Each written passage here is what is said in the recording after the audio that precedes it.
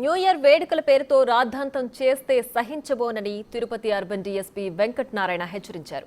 వేడుకల పేరుతో ఆకతాయిల అల్లర్లకు పాల్పడి ప్రజలను ఇబ్బంది పెడితే తాట తీస్తామని చెప్తున్నారు.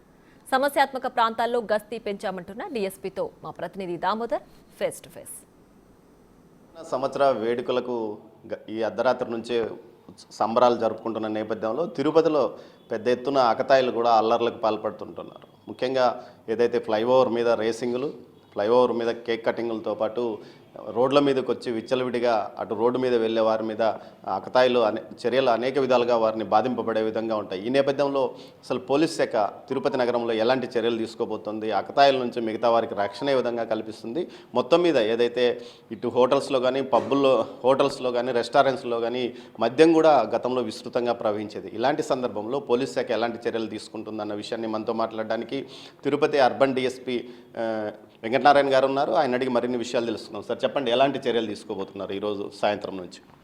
తిరుపతి నగరంలో తిరుపతి జిల్లా ఎస్పీ ఎల్ సుబ్బరాయుడు ఐపీఎస్ గారు ప్రత్యేక ఆదేశాలు ఇచ్చారు. నగరంలో ఎలాంటి అవాంఛనీయ సంఘటనలు జరగకూడదని. దానికి సంబంధించి తిరుపతి నగరంలో ప్రత్యేకంగా బందోబస్తు ప్రణాళిక చేయడం జరిగింది. మొత్తం అన్ని కూడళ్లలోనూ పోలీసు ఉండేటట్లుగా పెట్రోలింగ్ పార్టీలు Tirupati east, Alipiri, west police station, university police station అందరు సిఐలు, ఎస్ఐలు రోడ్డు మీద ఉండేటట్లుగా, తర్వాత స్పెషల్ పార్టీస్తో కానీ మొబైల్ పార్టీలు ఏర్పాటు చేయడం జరిగింది. కొన్ని సెక్టార్స్గా డివైడ్ చేయడింది. ఎక్కడికెక్కడ ఆ పోలీసు అటు ఇటు మూవ్ కాకుండా ఆ పర్టికులర్ సెక్టార్లో మూవ్ అయ్యేటట్లుగా కొన్ని స్పెషల్ పార్టీలు కావడం జరిగింది. కొన్ని ఇంపార్టెంట్ జంక్షన్స్లో డ్రంక్ అండ్ డ్రైవ్ కానీ కండక్ట్ చేయడం జరుగుతుంది. ప్రతి పోలీస్ స్టేషన్ పరిధిలో 2 ప్లేసులు అంటే 8 ప్లేసుల్లో పెట్టేటట్లుగా ప్లాన్ చేసుకున్నాం. అట్లాగే తిరుపతి ట్రాఫిక్ పోలీస్తో కానీ కోఆర్డినేట్ చేస్తున్నాం. ఇందులో ముఖ్యంగా తిరుపతి ప్రజలు గమనించాల్సింది ఏంటంటే, తిరుపతి నగరంలో 2 ఫ్లైఓవర్లు ఉన్నాయి. ఒకటి గరుడా ఫ్లైఓవర్ అని ఇక్కడ శ్రీనివాసం నుండి పైకి అలిపిరి వరకు ఉంటుంది. అట్లాగే యూనివర్సిటీ ముందు ఒక ఫ్లైఓవర్ ఉంది. ఈ 2 ఫ్లైఓవర్లు మొట్టమొదట కంప్లీట్గా 9:30 నుంచే క్లోజ్ చేయడం జరుగుతుంది. ఫ్లైఓవర్ వాడాల్సిన వాళ్ళు అందరూ కింద వెళ్లాల్సి ఉంటుంది. అట్లాగే మనకు అలిపిరి లిమిట్స్లో తిమ్మినాడిపాలెం నుంచి ఇట్లా ఓల్డ్ రేణిగుంట రోడ్డుకు వచ్చే రోడ్డు కానీ మూసేస్తాం.